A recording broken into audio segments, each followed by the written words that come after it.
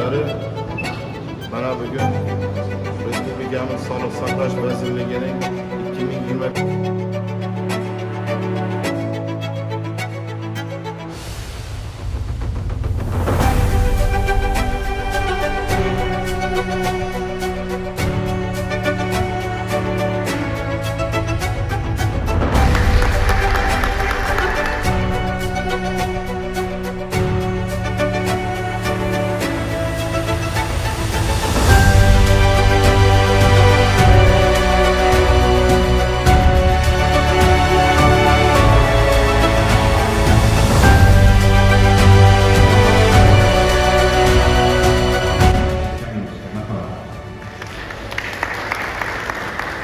Assalomu alaykum aziz anjuman ishtirokchilari, hurmatli professor o'qituvchilar, onlayn va offlayn qatnashayotgan xalqaro ilmiy tadqiqot institutlari, oliy ta'lim muassasasining yetakchi olimlari, hurmatli akademiklar, professorlarimiz.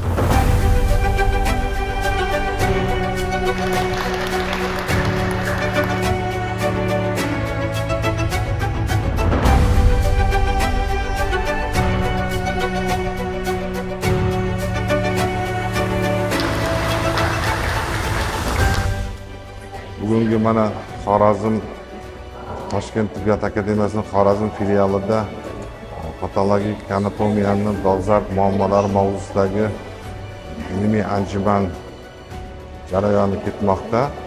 Hozirgi kunda bu patomorfologiya yo'nalishi bo'yicha butun dunyoda juda katta ilm bilan shug'ullanadigan olimlarimiz ishtirok etmoqda. Bu Turkiya davlatidan, Rossiya Federatsiyasidan hamda Qozog'iston, Qirg'iziston, O'zbekistonning yirik olimlari mana shu anjumanimizda qatnashmoqda. Bu anjumanning maqsadi nima?